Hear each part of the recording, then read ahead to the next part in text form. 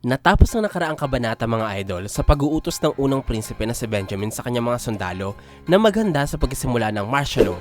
Ngayon, sa chapter 414, makikita natin ang isa sa mga sundalo ni Benjamin na si Canjidol. Nasa silid siya ng mga gwardya sa room 1007 at sinisilip ang natutulog na gwardya ng ikapitong prinsipe. Nang masigurado na tulog ito, umakyat si Canjidol sa kama, tinakpan ang bibig ng gwardya at sinaksak ito ng kutsilyo sa ibabang bahagi ng ulo para paslangin. Sunod naman ay bumaba siya sa double deck na kama upang puntahan ng isa pang gwardya na nasa ibaba ng kama. Tinakpan niya ng una ng mukha nito at pinagsasaksak ng maraming beses. Masayang masaya si Canjidol sa magaganap na martial law at sinabi niyang papaslangin niya ang lahat ng taong susubok na pigilan siya. Habang nagbibihis ng kanyang uniforme, hindi napansin ng sundalo na buhay pa pala ang gwardyang sinubukan niyang patayin. Kaya bigla itong tumayo mula sa pagkakahiga para atakihin siya. Lumipat ang eksena sa labas ng room 1007. Napansin ng gwardya ng ikapitong prinsipe na sila Barate at Rice na kumikilos na ang mga personal na sundalo ng unang prinsipe sa labas ng room 1009. Agad nilang ipinaalam ito kay Prince Luzurus na kakagising pa lamang.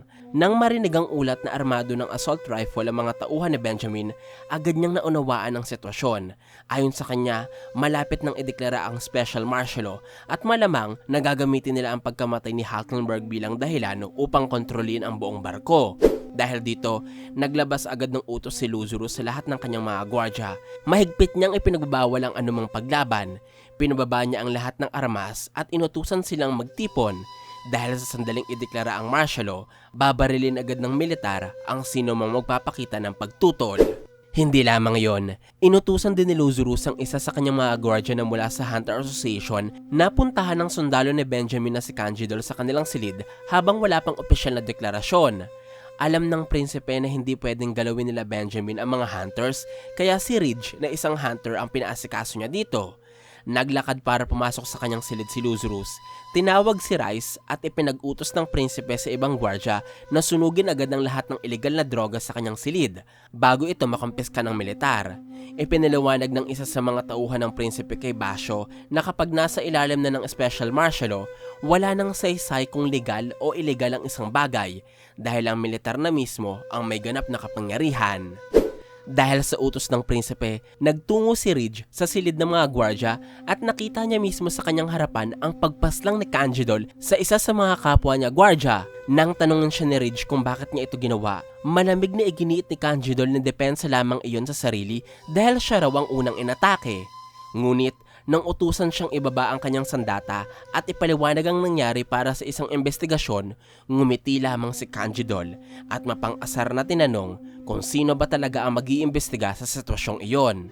Nagpapakita ito mga idol na kayang-kaya pumaslang nila Benjamin at ng kanyang mga sundalo ng kahit na sino habang may martial law. Dahil sa estadong ito, sila ang batas at sila ang may kapangyarihan. Kaya kung mangyari ngang mapatay ni Benjamin ang lahat ng kanyang kapatid ng sabay-sabay, kaya niya itong malusutan kung mabubuhay pa siya matapos ang pagpaslang sa ibang mga prinsipe. Samantala, sa labas ng room 1009, naghahanda na sina Yoshuhi at Chamati sa kanilang operasyon. Dahil walang sumasagot sa pintuan, sinabi ni Chamati na sabay silang papasok kasabay ng mismong deklarasyon ng special martial law. Sa isip ni Yoshohi, napansin niyang mas mabilis kaysa sa inaasahan ang pagsisimula ng operasyon ng militar. Habang naghihintay, ipinaliwanag ni Yoshohi ang kahinaan ng sarili niyang Nen ability. Ang kapangyarihan niya ay pinakamabisang gamitin sa palihim na pagpaslang gamit ang N at ang kanyang Stinger Ball. Ngunit, halos wala itong silbi sa isang malawakang labanan ng maraming Nen users. Kapag ginagamit niya ang N, nawawala ang kakayahan niyang gumamit ng Gyo. Kaya kahit isang simpleng bala ay maaari na niyang ikamatay. Mas delikado pa rito ang posibilidad na mahagip siya ng N ng ibang Nen users o kaya'y makasalubong ang mga kakayahang otomatikong umaatake sa sino mang papasok sa kanilang saklaw. Napagtanto rin niya na ang pagtuturo ni Kurapika ng Nen sa iba't ibang prinsipe at gwardya ang lalong nagpahirap sa sitwasyon. Dahil dumami ang mga Nen users sa barko, halos imposible na para sa kanya na ilihim ang kanyang Stinger Ball nang hindi napapansin ng iba. Dahil dito, naisip niyang wala nang silbi ang kanyang kakayahan sa kasulukuyang succession contest, lalo na kung maaaresto rin naman ng isang prinsipe sa ilalim ng special martial law. Ito mga idol, ang isa sa mga benepisyo ng pagtuturo ni Kurapika ng Nen sa mga tagapaglingkod ng mga prinsipe. Nahihirapan ng mga Nen users na sundalo ni Benjamin na kumilos dahil hindi nila alam kung ano na ang kakayahang meron ng mga tagapaglingkod ng ibang prinsipe na nagpaturo kay Kurapika ng Nen. Ibig sabihin, hindi agad mauubos sa mga prinsipe. Babagal ang succession contest, hindi tatargetin ng lahat si Wobble at mas lalaki ang tsansa nilang makarating sa new continent ng buhay at ligtas. Naghanda na sina Chamati at Yoshui sa kanilang paglusob sa Rome 1009. Tinanong muna ni Chamati si Yoshui kung handa na ang kasama. Kumpiyansa namang sumagot si Yoshui ng oo. Inilagay ni Chamati ang kanyang kanang kamay sa balikat ni Yoshui at pinagana ang kanyang Nen ability. Inireveal ng kwento na si Chamati ay nagmamayari ng manipulation type ability na may pangalang Lord of the Flies, Mute King. Nagbibigay ito ng pansamantalang proteksyon sa kanyang target habang magkadikit sila ng katawan. Ngunit may kapalit ng kapangyarihang ito. Kapag natapos ang epekto ng Lord of the Flies, mapipilitang pumasok sa Zetsu ang partner ni Chamati ng 100 beses na mas mahaba kaysa sa tagal ng pagiging invisible nito. At higit pa roon, matatanggap din niya ang pinsalang katumbas ng 1/3 ng lahat ng damage na naipawalang bisa ng kakayahan. Dahil dito, alam ni Yoshui na kahit makaligtas siya sa paglusob, maaari pa rin siyang mamatay kapag natapos ang epekto ng kakayahan. Kung mapapansin niyo mga idol, ang bawat Nen ability ng mga sundalo ni Benjamin ay magagamit talaga sa pakikipaglaban, pang-atake man ito, pang-depensa o pang-support ng kakayahan. Nakakatawa lang na sa kabila ng pagiging handa at mistulang pagiging perpekto ng hukbo ni Benjamin, nalagay pa din sa bingit ng kamatayan ng kanyang buhay. Sa kabilang banda, lumipat ang eksena sa Room 1014, kung saan tahimik na nag-uusap sina Kurapika, Queen Obito, Bill at Shimano. Ikinuwento ni Shimano ang sandaling napagtanto niyang ang sanggol na kasama nila ay hindi ang tunay na Wobble. Nalaman niya ito noong mawala ng malay sina Queen Obito at Kurapika. Siya ang nagpalit ng diaper ng sanggol at doon niya nadiskubre ang katotohanan. Inamin niyang nagulat at nalito siya noong una, ngunit nang makita niya ang mukha ng sanggol, nawala ang lahat ng pagdududa niya. Bilang isang tagapaglingkod, ang tanging mahalaga sa kanya ay protektahan ng mag-ina, kaya ipagpapatuloy niya ang kanyang tungkulin na parang walang nagbago. Gayunpaman, aminado siyang nag-aalala siya sa tunay na prinsesa Wobble. Bagamat naniniwala si Shimano na ligtas ang prinsesa, hindi niya alam kung ano ang magiging kapalaran nito kapag natapos na ang succession contest. Tandaan natin mga idol na sa utos ni Benjamin, papatayin lahat ng mga hindi miyembro ng Hunter Association at Royal Family ng Kakin. Ibig sabihin, isa si Shimano sa malalagay sa panganib sa oras na sugurin sila ng mga sundalo ni Benjamin. Siguradong madami ang malulungkot kapag napaslang si Shimano dahil katulad ni Kurapika, tapat talaga siyang naglilingkod kay Reyna Obito. Patunay dito ang hindi niya pag-alis sa paninilbihan sa Reyna kahit may choice naman siyang gawin ito sa unang araw pa lang ng biyahe ng barko. Sinagot ni Kurapika ang tanong ni Shimano kung anong mangyayari kay Wobble sa pagtatapos ng succession contest. Sinabi ng Hunter na wala rin siyang kasagutan ukol dito dahil ang lahat ay nakasalalay sa kung sino ang mananalong prinsipe.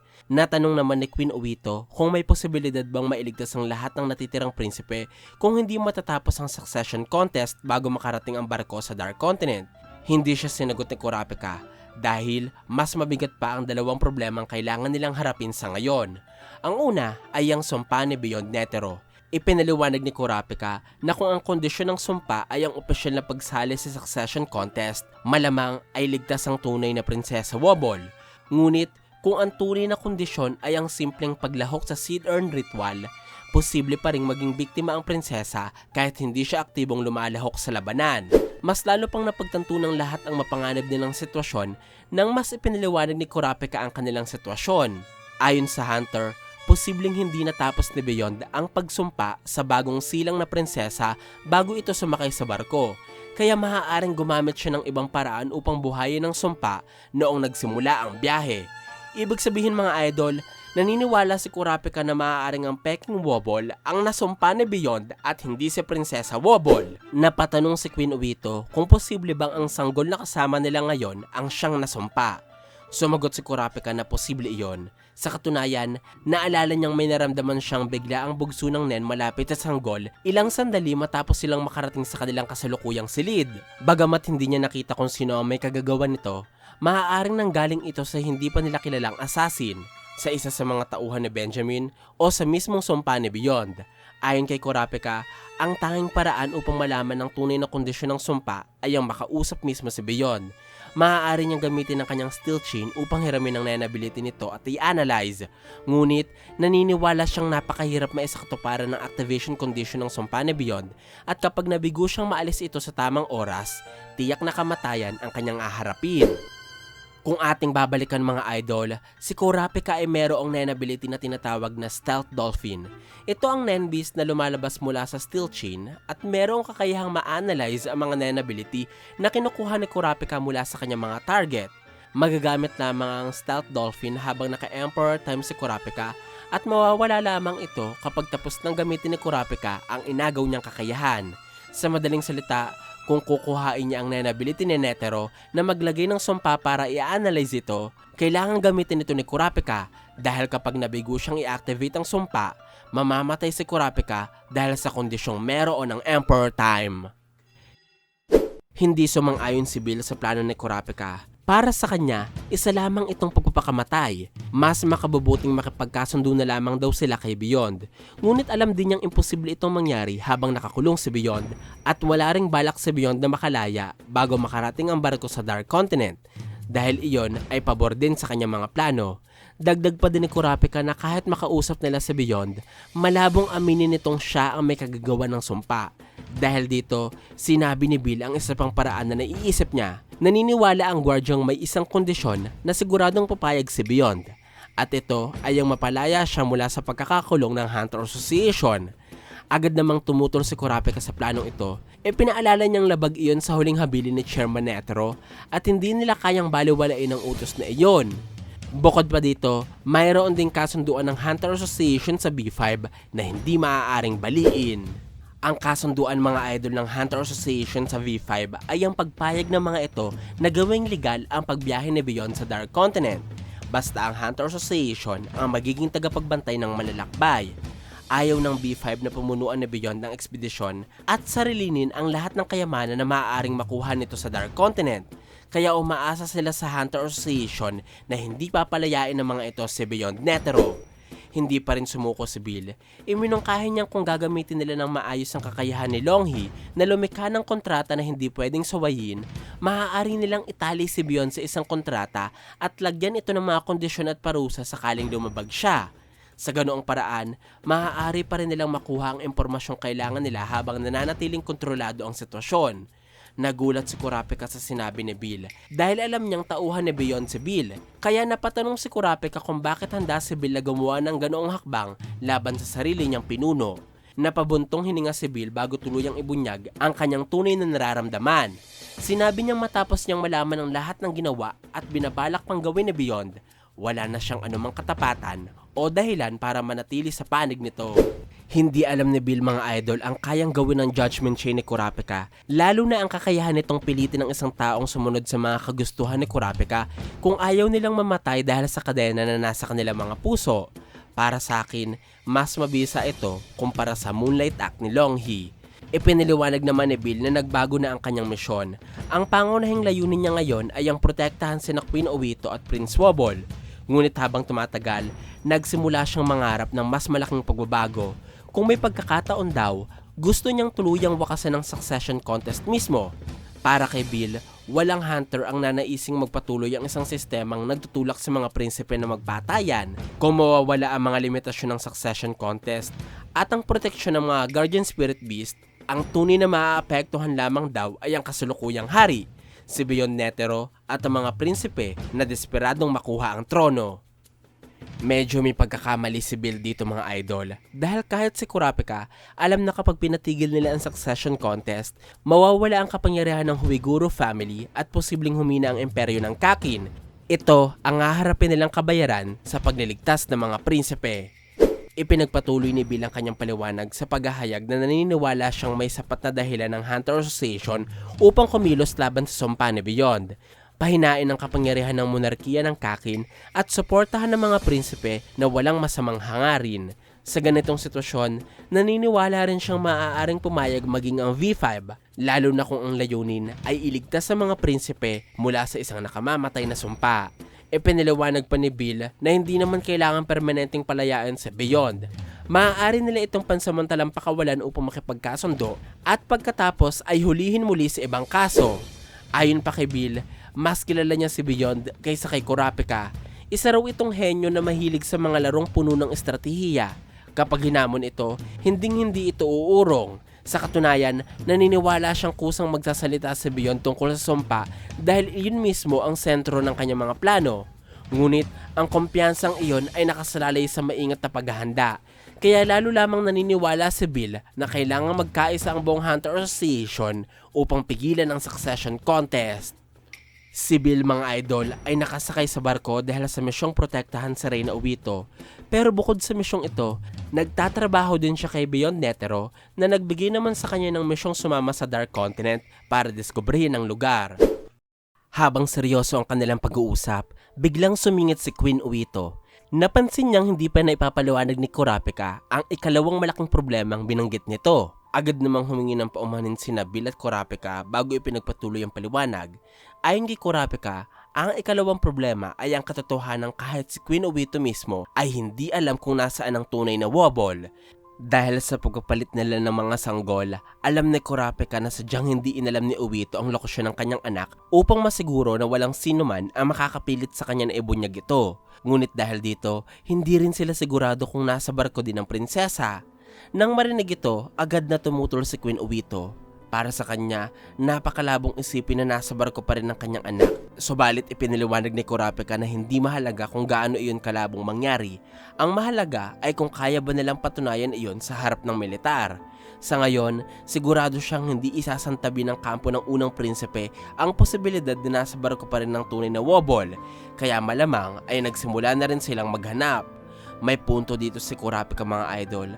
Kahit na sinong prinsipe na gustong manalo sa succession contest ay tiyak na gagawa ng paraan upang mahanap o masuri si Wobble para malaman nila kung kailangan din itong dispatchahin para makuha ang trono. Pero hindi nila ito magagawa kung hindi nila mahahanap ang sanggol. Idinagdag naman ni Bill na kasalukuyan ring muling sinusuri ng mga otoridad ang lahat ng impormasyon at ID ng mga pasahero dahil sa sunod-sunod na pagpaslang sa mga lower tier ng barko. Ipinalawanag ni Kurapika na humingi na siya ng tulong kay Pion upang suriin ang lahat ng record ng mga batang wala pang 2 taong gulang. Wala pa siyang natatanggap na balita mula sa kapwa Zodiacs, nangangahulugan na walang tumutugma sa opisyal na talaan. Gayunpaman, balak niyang palawakin pa ang paghahanap dahil posible ring may mga peking dokumentong ginamit. Umaasa si Queen Uwito na kung hindi nila matagpuan si Prince Wobble sa listahan ng mga pasahero, mapapatunayang wala ito sa barko at hindi nakabilang sa succession contest. Ngunit maring itinanggi iyon ni Kurapika. Ayon sa kanya, kahit walang ebidensyang nasa barko ang prinsesa, hindi nito otomatikong pinatutunayang wala talaga siya roon. Bukod dito, dahil planado ang pagpapalit ng mga sanggol, mapipilitan ng militar na isipin ang pinakamasmang posibleng sitwasyon na ang tunay na prinsesa Wobble ay karapat-dapat pa rin lumahok sa succession contest at lihim na nasa loob pa rin ng barko. Kaya hanggat hindi nila napapatunayang hindi kasali si Wobble sa kompetisyon, kikilos ang militar na parang totoo ang posibilidad na kasali si Wobble sa succession contest. Maraming naniniwala, mga idol, na si Wobble ay nasa loob ng barko dahil alam naman natin na namamatay ang mga prinsipe at prinsesang nagsagawa ng seed urn ceremony sa oras na lumabas sila sa barko. Pero wag natin kakalimutan, mga idol, na ang seed urn ceremony ay isa lamang sa maraming bahagi ng ritual ng succession contest. May posibilidad pa din na hindi kwalipikado ang isang prinsipe sa succession contest kung hindi naman ito pumasok sa loob ng barko kahit pa natapos niya ang seed urn ceremony. Unti-unting naunawaan ni Queen Uwito ang paliwanag ni Kurapika na hanggat hindi natatagpuan ang tunay na Wobble, hindi mapapatunayan ng mga otoridad na hindi na siya kabilang sa succession contest. At dahil dito, wala rin silang batayan upang parusahan siya. Kinumpirma ito ni Kurapika. Ipinaliwanag niyang para sa mga nakatatandang prinsipe na seryosong lumalaban para sa trono, mananatiling bukas ang tanong tungkol sa pagiging kwalipikado ni Prinsesa Wobble. Ibig sabihin, hindi sila titigil sa paghahanap hanggat hindi nila nalalaman ang kanyang kinaroroonan. Ganun pa man, ayon kay Kurapika, kung tunay ngang wala si Prinsesa Wobble sa loob ng Black Whale, halos imposible siyang mapatay. Hindi siya mahahanap ng mga prinsipe at hindi rin nila mapapatunayang wala na siyang karapatang lumahok sa succession contest. Habang nananatiling misteryo ang kanyang lokasyon, unti-unti rin siyang mawawala sa listahan ng mga prioridad na target ng ibang kampo. Dapat ko ding idagdag mga idol na kung naiwan si Wobble sa known world at kwalipikado siya sa succession contest, nangangahulugan ito na baliwala din ang pagpapatayan ng magkakapatid.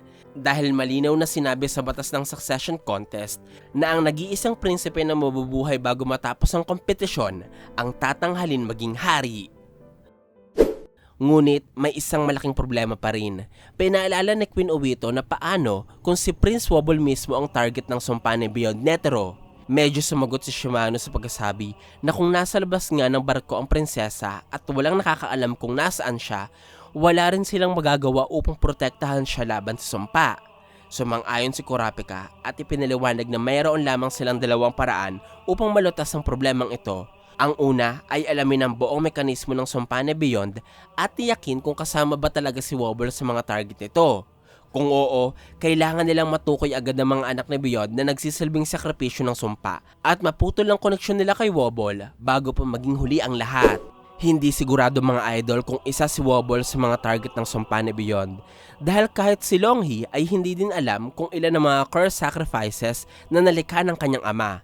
Ang natuklasan niya lamang ay higit 10 silang mga curse sacrifices. Bukod doon, hindi alam nila Kurapika at Longhee kung sino ang target ng mga sumpang nasa katawan ng mga curse sacrifices.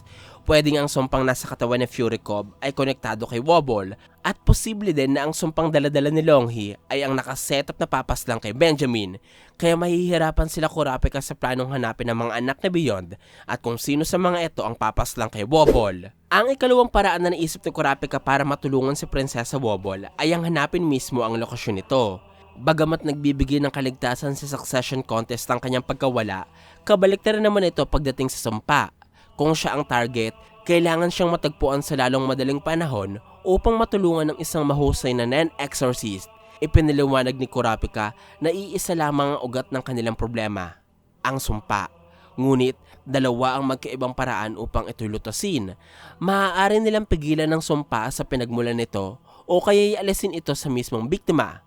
Sa kasamaang palad, wala silang sapat na oras at tao upang gawin ang dalawang plano ng sabay.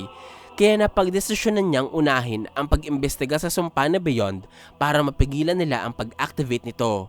Gayunpaman, hindi isinasantabi ni Kurapika ang pinakamasamang posibilidad. At ito ay ang pagtama ng sumpa kay Wobble. Kaya habang inaalam nila ang katotohanan tungkol sa abilidad ni Beyond, hihingi rin siya ng tulong sa Hunter Association upang lihim na hanapin ang tunay na Prinsesa Wobble. Kung sakaling siya nga ang target, handa silang kumilos agad upang maisagawa ang isang non-exorcism. Ang Hunter Association mga idol ay may isa lamang opisyal na non-exorcist. At kung inyong maalala, nung nag-aagaw buhay si Gon dahil sa kanyang non-vow, kinakailangan pang hanapin nila Nov at Morel ang non-exorcist na ito para hingian ng tulong. Sa kabila nito, parang kumpiyansa si Kurapika sa pagkasabi kay Uwito na magsasagawa sila ng non-exorcism kay Wobble na parang may kilala na siyang non-exorcist at alam niyang kaya sila nitong tulungan. Tahimik na sumang-ayon si Queen Uwito kay Kurapika. Makalipas ang ilang sandali, nagtanong ang Hunter ng isang napakahalagang bagay. Alam niyang nagsasabi ng totoo si Queen Uwito nang sabihin nitong hindi niya alam ang lokasyon ng kanyang anak. Ngunit bilang paghahanda sa worst case scenario, tinanong ni Kurapika kung meron ba silang napagkasundo ang tao o lugar na maaaring kontakin sakaling dumating ang isang masamang pangyayari. Hindi agad sumagot ang Reyna. Muli siyang kinausap ni Kurapika. Ipiniliwanag ng Hunter na ang pinakamasamang senaryo ay kung nasa loob pa rin ng barko si Prinsesa Wobble at siya pa ang target ng sumpa. Kahit isang maliit na impormasyon lamang tungkol sa posibleng lokasyon ng prinsesa ay sapat na upang makahingi sila ng mas malawak na tulong mula sa Hunter Association sa known world. Ibig sabihin mga idol, pinaplano ni Kurapika na ipahanap si Wobble sa known world para maprotektahan ito ng mga magagaling na non-users kung sakaling tumama na ang sumpa ni Beyond. Sa pagkakataong iyon, tuluyan ang nagsalita si Queen Uwito. Inamin niyang bago pa nila nalaman ang tungkol sa sumpa, iba ang kanyang kinatatakutan. Naniniwala siyang kapag natapos ang succession contest at may nanalong hari, hahanapin ng militar ang tunay na Prinsesa Wobble at ipapapatay ang buong pamilya nila dahil sa pagtakas sa ritual sa paghalili sa trono. Ngunit ngayon, wala na siyang ibang mapanghawakan kundi ang teorya ni Kurapika tungkol sa mga limitasyon ng succession contest at ang pag-asang hindi maaabot ng sumpa ang kanyang anak.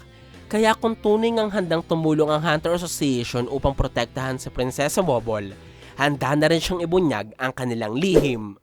Nagbigay naman ng babala si Kurapika sa sinabi ng Reyna.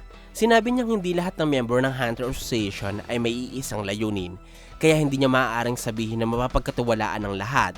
Ngunit may isang bagay siyang masasabi ng buong katiyakan.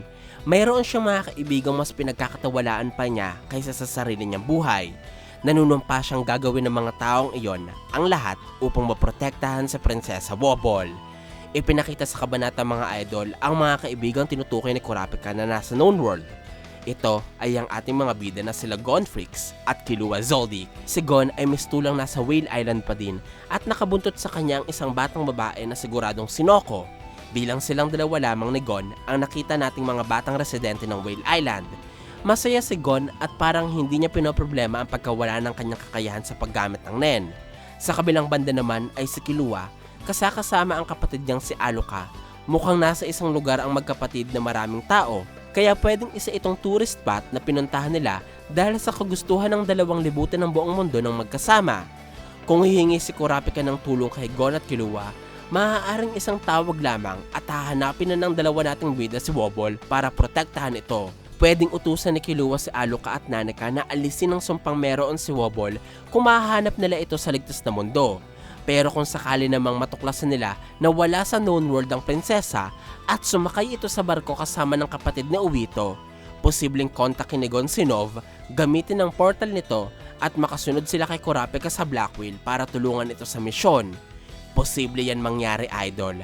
Nasabi ko ito dahil sa tingin ko, ito ang sagot sa rason kung bakit ginawa ni Togashi na peking Wobble ang kasama nila Kurapika. Ang sa tingin kong plano niya dito ay ang pagbalik nga kanila Gon at Killua para protektahan ng totoong Wobble, habang abala si Kurapika sa pagharap sa mga prinsipe, lalo na kay Cheernich.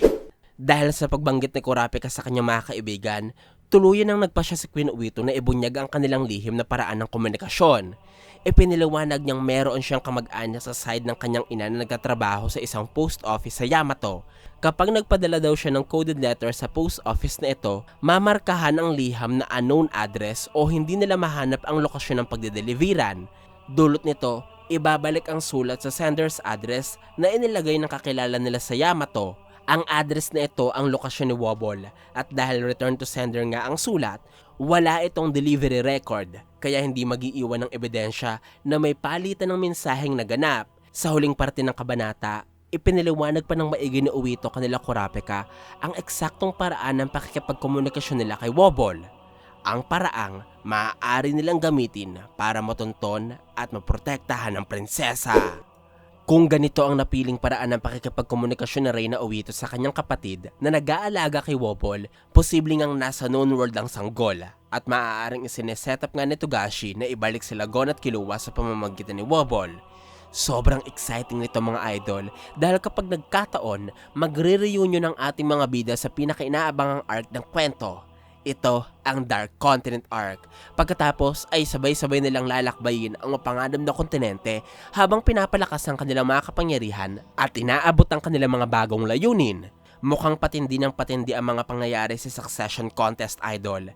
Kaya dapat nating abangan ang mga susunod na kabanata ng Hunter x Hunter.